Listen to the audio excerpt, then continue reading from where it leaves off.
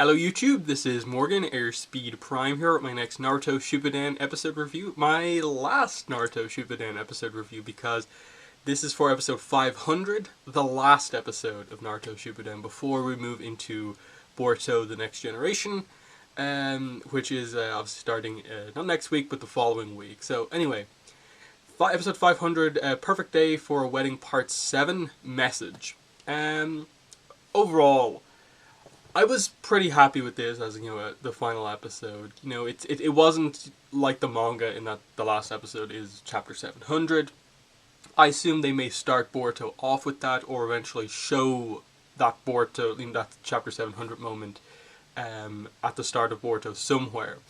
But in terms of this being focusing just on Naruto, I actually really like this, kind of in a way, ending it with the wedding. Everyone there for Naruto, for Hinata, him obviously starting his own kind of family now is fitting as well, that he's kind of finally found someone to be like that close with, while also, I suppose, bringing it full circle in a way. Episode 1 of original Naruto to now, kind of starting with Iruka acknowledging him and kind of sending Naruto in a way off on his path, and finally here, like, addressing the way those two see each other, that it is like a father relationship. And I thought that was really, really well done. Kind of having Naruto's kind of first appearance within this arc be showing up to Iruka's house and kind of struggling, like, when to ask him, and eventually coming out with it in the end. That, in a way, Naruto was also struggling with this just as much as Iruka was. That Iruka was like, do I see Naruto as a student? Or what? What way do I actually approach doing it? Student or friend? And then Naruto was struggling with the same thing of just like, do I see him as a teacher, as a friend, as a mentor figure? No, it is more like a father thing. So I like that, and kind of as I more or less predicted, the key thing was him basically asking Iruka to attend like as his father, basically. So he kind of had someone on his side, like Hinata has most of her family there, as we saw. So I thought that was a very fitting and just really nice way to kind of bring that first key relationship for Naruto to a conclusion here. And then, as I said, the in terms of like his path to becoming Hokage, his goal, like, everyone's here. Like, he's got the acknowledgement from not just everyone in the village, but basically everyone in the world. All of the Kage are there and are supporting him. They're sending him personal wedding messages because they know him, and he's brought kind of peace to the shinobi world, and they're in this spot now because of him. And as kind of Kakashi says to Iruka later on, that in a way a lot of these relationships that are kind of blossoming right now are only possible because of kind of the impact that Naruto has kind of had on the world, in that a sand leaf relationship like Temari and Shikamaru, that really is only possible because of kind of everything coming together. Like Sai, I suppose, coming out of the foundation, becoming part of the normal teams, and being able to get together with Ino here, that again is kind of something that's linked in a way too. And there was lots of nice little moments in this episode like that kind of, you have this the continued awkwardness of like Temari and Shikamaru within their relationship, of like, they know they really like each other, but they're just kind of awkward about kind of showing it and being out in public with it. But just Shikamaru being like, we're at a wedding here, we're attending as a couple, come with me, kind of type thing. And then Sai being the one to kind of be more confident about his relationship with Ino now, and just that was kind of nice to see, and how they transitioned it into Sakura on her own, obviously hoping that Sasuke would come to the wedding to attend with her, but them just having the moment of the hawk arriving, the message just saying congratulations, and I suppose just the fact that he specifically sent the hawk to her and not Naruto is notable. That he gave the message to her so that it's kind of from both of them, even if Sasuke himself is kind of not kind of coming to it. And I suppose in a way, we know from the last that Sasuke didn't attend the wedding, but it is sort of fitting that he, as one of the big kind of powerhouse characters, given that Naruto is at his own wedding, he, like in the last, is there to kind of protect the village when Naruto is kind of away. So while the wedding is going on, he's kind of acting as like the ultimate security in a way for the wedding, I suppose, to a degree. But you know, like maybe they could have used Sasuke a little bit differently in the episode. Maybe have him just kind of overlooking the wedding. Maybe he's not right there at it, but like he sees it happening instead of just sending a message. But it was solid enough. I like that they at least included some Sasuke within the episode to just bring it all together. Him sending a congratulations message, sending it to Sakura to give to Naruto and Hinata was nice, and Sakura obviously appreciated this, knowing that he perhaps can't come back just yet. He has a lot to do still. But yeah, then like that is the majority of the episode because it is a very kind of character interaction thing. The plot here is just that the wedding is happening.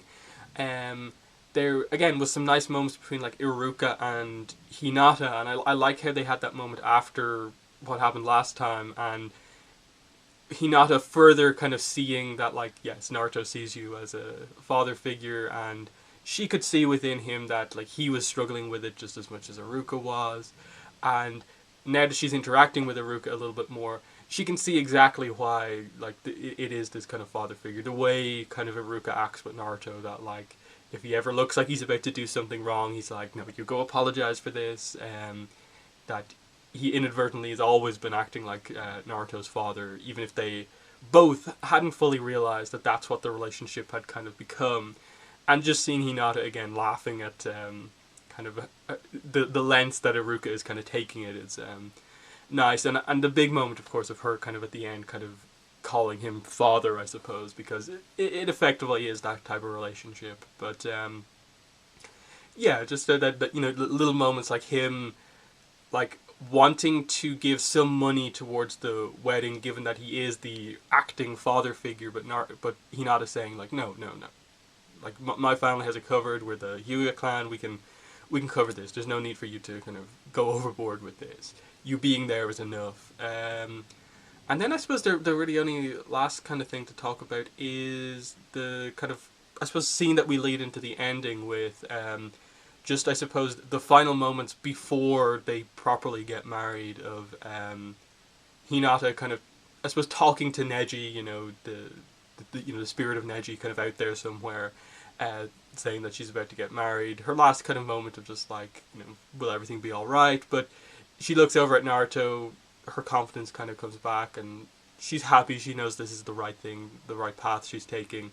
And I especially like the moment when Hanabi and her father came in, of just like the biggest like Naruto and Hinata shipper is Hanabi. She's just like obsessed with the two of them.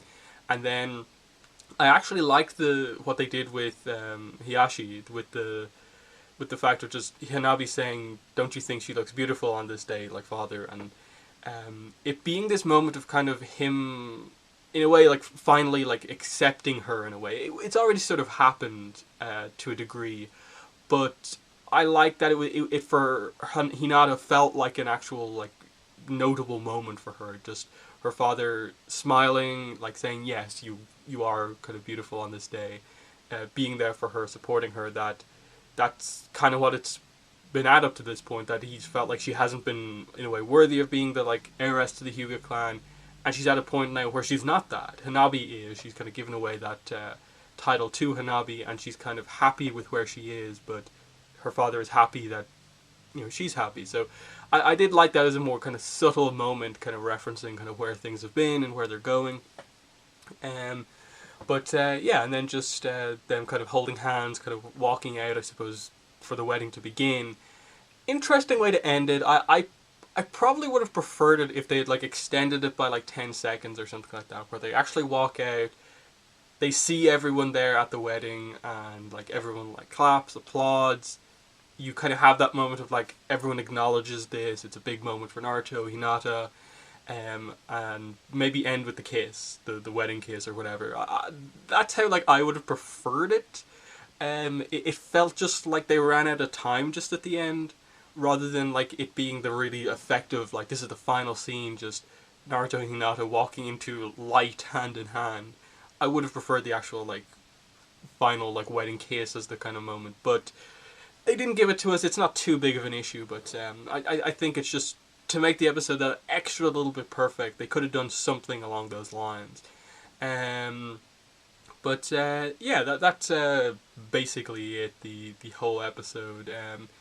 Just seeing everyone arriving at the wedding was basically the core of the start. You did have little moments like Shino talking to Mirai and saying like, oh, Akamara looks a bit tired, you shouldn't kind of ride on him right now, and then him taking her up and having her ride on his shoulders, and then Kurenai noting like, since when is Shino that good with kids? And Kiba mentions that he thinks he wants to be a teacher. So like, just final little moments, given that like the last one of the last episodes was just focused on like Shino and Kiba, and you kind of bring that little arc full circle as well. That this episode wasn't just about being the final episode, it was also about this arc and kind of covering kind of a little bit about each of the characters that were, you know, focused on within this arc. Like we even had Tiyuchi and Ayame, you know, attending the wedding in the end, and the joke about him still not being sure about like how much free stuff he's giving to Naruto for the wedding present and little bits like that. But yeah, I think that's it for the review. So overall, like with Shippuden overall, I'm a huge fan. Like admittedly, like it's like 40-something% filler, like when you really break it down. But a lot of those filler episodes are interesting. They're a bit frustrating if you watch them like all in a row, like the way the show has them laid out. But you know, even like just coming back to them, like you want more Naruto and you've skipped over all the filler. That filler is actually somewhat interesting to go back to because you do get certain interesting interactions. Some of the new characters they introduce are actually quite interesting. But on the whole, just the fact that they devoted so much time to it's really well done, even if it is somewhat frustrating. And overall, like I really, really loved Shippuden and the original Naruto the whole way through. I don't feel the actual like canon content they ever like got something from the manga so wrong in the anime. I don't feel that like ever really happened. I always felt that the anime did the important parts correctly, and then added to them with kind of to kind of fill things out a bit more. So I appreciate this anime, the entire run through it. I'm excited to watch like the rest of the series that still has to be dubbed and see where they go with that and how the dub works for a lot of the big kind of final moments. But there's obviously going to be a long way to get to that point. And then I'm still excited to see where they go with Boruto. Obviously, I hope they don't spend too much time before they get to the new stuff that the Boruto manga is covering. But overall, I thought this was a very, very good end of Shippuden. And it's kind of sad to see the show go because it's obviously been like 10 years. Shippuden started in 2007. It's now come to an end, and it's kind of nice that it ended on such a nice number, 500 exactly, and they kind of worked it out really nicely. But yeah, in the comments, let me know what your thoughts were on this final episode, your thoughts on Shippuden overall. But yeah, that's been it for my Naruto Shippuden reviews. I've only done about 40-something of them because I kind of came in a little late. I've only really been a fan of Naruto for about like 2-3 years, but it's definitely absolutely one of my favorite kind of franchises out there. It's probably like second or third. Like Avatar, for me, Avatar and Korra, like that's always going to be my number one. But I think it has become pretty much like maybe second or third, somewhat level with Sword Art Online for me. But huge fan. So kind of happy to see it end so well, but you know, sad to see it kind of end. But hopefully they can maybe do some of the other novels that they haven't done, like the Kakashi or the Sakura novel. Maybe have some, you know, other kind of backstory type episodes set with more of our characters that we know. In Boruto as filler episodes, if they absolutely need to do that. Like, that's something that I don't think people have talked about all that much. That if Boruto has to have filler, it doesn't necessarily have to be focused on Boruto. Like, you can have like the Sakura arc, just animate those 5 episodes. It's there to do. That there's some positives to take going into Boruto in that we're going to get the new Boruto content, plus they have stuff still to do if they need to have more fillery stuff, if they want to wait for like the manga to stay ahead. So there's a lot of stuff still to look forward to in Naruto. It may seem like an end, but it is just the end of Shippuden. The franchise is still continuing with Boruto. But that's been the video. Thanks for watching, and bye.